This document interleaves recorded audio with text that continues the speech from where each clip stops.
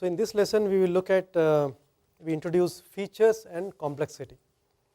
Remember, when you say shape complexity, we say usually this part is simple, or this part is complex, or you say this part is very complex. That's about the language which we have. The question here is, can you put a number to that? Can I put a scale which I can measure for complexity? Okay. So before that we have to look at, first of all, features, and the whole features are one which add to complexity a lot. So we'll look at what is a whole feature, what are different configurations of the whole features, and then the measurement equations for shape complexity. Now you know there are basically protrusion and depression features, and you can produce protrusion depression either by machining or by casting. Okay. So if you see which is the most difficult thing to do here. In machining, a protrusion and depression presents reasonably equal challenges depending on what you are going to machine. In protrusion you have to machine around the shape, in depression you have to machine inside the shape, but depends on volume removed. Maybe protrusion, maybe you have to remove more volume, depends on the starting point and things like that. In casting there is no doubt like that. In casting, a depression feature always creates problem for us because we need to have usually an additional shape called a core. Depends, if it is a through hole, definitely need a core. If it is a deep pocket, also you need a core. Maybe a shallow pocket, maybe we can get away without putting a core if it is not forming an undercut. There are all kinds of complications here. So first let us look at what are the configurations of cores, and each one of these has its own, again creates its different set of problems. The first one is a through hole. Through holes always need cores. I mean, if you really challenge a foundry man, he will try to produce a through hole without a core also, but by and large it is foolish to do so. You produce a through hole with a core.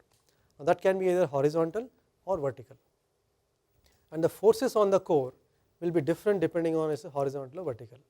And later on we will see the support of the core or core print also has to be designed carefully depending on the orientation of the core. The second one is your blind hole. Now blind hole from the bottom or blind hole from the top. Top one has its own problems, bottom has its own problems. Again, how you handle it and how do you support it and things like that. As I said, we will see it later. We are only looking at classification of the cores. So recognize first, the moment you see a hole, you classify it. Classification is the first step towards a scientific approach, and India is supposed to be good at classification, right? Starting from our lunar calendars, right? Have you ever wondered that September and November and December, September is Sapta and October is Ashta and November is Nava and December is Dasha? Have you ever wondered? So September is which month as per English calendar? 9th month. As per our Sapta is 7th month. But if we start from March, which is how our lunar calendar really starts, it's perfect. So somewhere someone manipulated this, right? So we Indians are good at classification. We are good at putting things in order. So first step in casting is you classify what kind of defect it is, what kind of hole is that, and a whole lot of recommendations start pouring in after that. Then you have the blind side. The blind side, which is an undercut here, is the most dangerous. Very difficult to handle. You need a separate tooling element. It creates all kinds of additional complications, which we will see. Okay, so first is your configurations. Second is your what you do with once you recognize a hole. You need to actually pick out the surface of the hole, use the surface to extract the whole surface, and then close those surfaces to create a solid corresponding to the hole, because finally that is the starting point of your core. A core is nothing but starts from the body, the solid corresponding to the hole. Okay, and there are tricks to do this automatically, and we will show you that, including the software which we are going to use tomorrow. It has automatic core recognition. So if you understand this, you will understand how it works. Okay, how does it work? We look at what is called as the hole opening, and the hole opening comprises of what we call as a convex edges, but hole inside is concave edges. How we define convex and concave edges? A convex edge is where internal angle is less than pi. Pi means 180 degrees. A concave edge or concave angle is one where internal angle is more than 180 degrees. That's your starting point. So a whole boundary, outer boundary, always has convex edges. It's like a boundary line. it's like a border, but inside the hole you have a few edges which are concave. So moment concave is there, you know there is a hole, you start from there and keep on collecting faces until you reach the boundary and there is stop. This whole process can be completely automated. So your second step, where you pick up the holes, you collect the loops and stop at the boundary loop, which is a blue color here, and then finally you close the boundary loop and reverse the normals. See, normals were earlier inside, now normals are outside. By doing that, you got the starting point of core. All you need to now add core prints, your core is ready, and apply allowances, core is ready. Okay, you have to flip the normals as I mentioned to you. Now go a little more deeper into classification. Is the whole axis vertical or horizontal or inclined? Is the direction of the axis straight or curved, or is it complicated axis, whole axis? Start looking at the core here and tell me what, and start thinking of where it fits in this classification. The shape can be either circular cross section like a circular through hole, or rectangular or other shapes like in this case. Area of cross section can be constant or varying, okay, and size of the hole, overall diameter, overall length, overall aspect ratio, and very important metal casting, surrounding thickness. What is surrounding thickness? Core is there in a casting thickness. What is the metal thickness around the cored hole? That is equally important. Core diameter to thickness ratio, if it's different, we start getting into different problems. So these are all the parameters of the cores that we have to worry about. Now let us look at shape complexity. Now can you tell me, these are all numbered parts, so let's say part number 1 to part number 20. Can I ask you which is the most complex part here? Which part is the most complex here? 19, 14, 13 also. But by and large you are talking about the bottom right corner, right? I mean it's above 11 and not below 10 at least. No one has said below 10 at least. So how as a human being we are able to see a picture and say it is complex? Let's take some more examples. Which one is more complex now? Oh. At least bottom row. How are we doing it as human beings? Can I write a computer program which tell me it is complexity is most complex part? That is the question I am asking you here. Okay.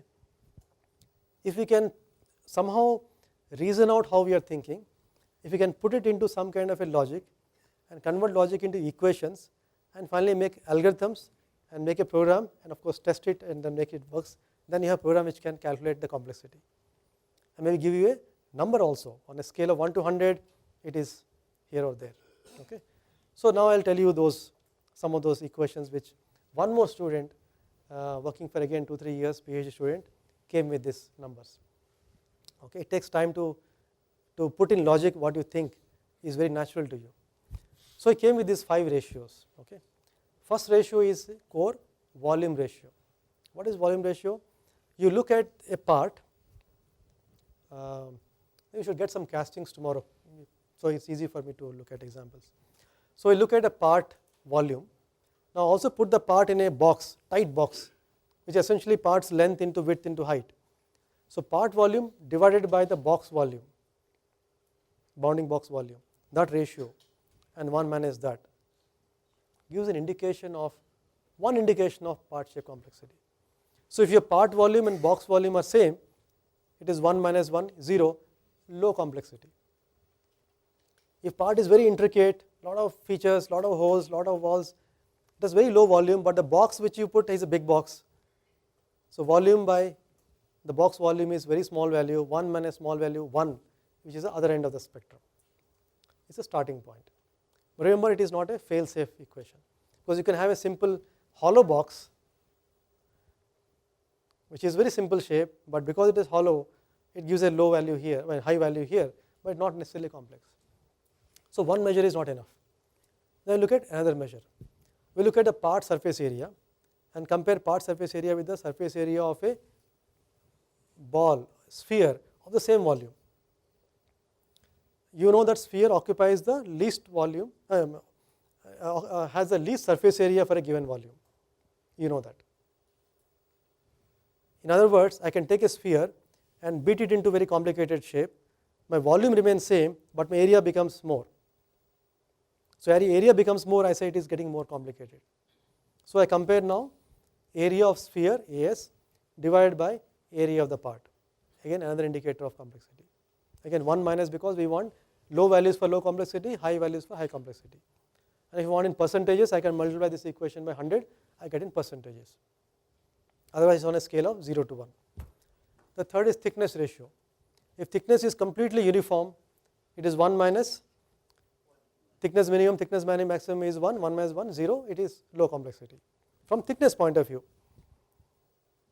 So from volume point of view, area point of view, thickness point of view. Then I bring cores. I told you cores are important contributors to complexity. First is you look at number of cores. If number of cores is 0, I have 1 minus 1 by root over 1 plus NC. 1 plus 0, so 1 by 1 is 1, 1 minus 1 is 0. So if there are no cores, from this point of view, complexity is 0. If I have 8 cores, 1 by 1 plus 8 which is 9, root over 9 is 3, 1 by 3 is 0.33, 1 minus 0.33 is 0.6. So it is now increased to 0.66 or 66%. But suppose I say 15 cores are there. From 8 I double it to a 15 cores. 1 by 4. So it only increased from 0.66 to only 0.75. The logic here is, if you have no cores, life is good. If you have 1 core, big problem. If you have 8 cores, life is anyway very bad. Adding another 8 cores doesn't make you that much more bad. That's the logic here. Okay, so it goes little exponentially and not linearly here. Then you have the core volume ratio. Finally, how much volume the cores are occupying. So that is total volume of cores divided by total box in which the whole part is kept. That ratio again is indicator of the size of the cores. The bigger the cores, the more in casting I need to put bigger core box and bigger core material and handle heavier cores. So all that makes life complicated for me. So all these measures together are indicators of shape complexity. Okay. So if you go back to some more parts here, or maybe I think the same parts, I picked up a few. And now if I add those equations and take some weighted average of those 5 values. At this point I am not telling you how much weights I am applying, but that also I will tell you in the last class. Okay. If you apply those weights, you get these values. First one on a scale of 0 to 100 percentage scale, first one is 29, as you go towards the last one is going to 63. And later on we will find this value is not just good for discussion on phone. We find that this value can be correlated beautifully with the tooling cost. Okay. And we will tell you those weightages and those values of what to use to estimate tooling costs just like that. So if you have a CAD model, you can estimate tooling cost in a second. Okay. No calculation required. From CAD model you can calculate tooling costs in a second. Okay. Here is an example, reverse example. In the previous one I showed you different shapes and different values shape complexity.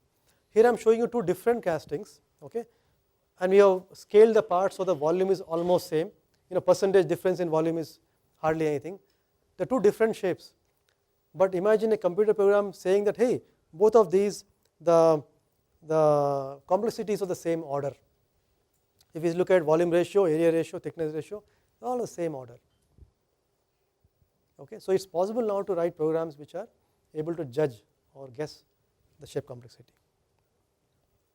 Okay, so what you learned today, this part, these holes and other features, protrusion features, depression features, they all add to the shape complexity of the part.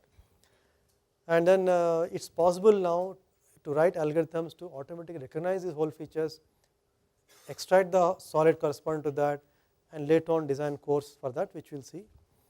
And then we looked at shape complexity and looked at it's possible to estimate a shape complexity in terms of those ratios. Volume ratio, area ratio, thickness ratio, number of cores, and core volume ratio. 5 parameters we have looked at. And as I mentioned to you, these can be very useful for designing, for estimating the tooling cost later. Okay.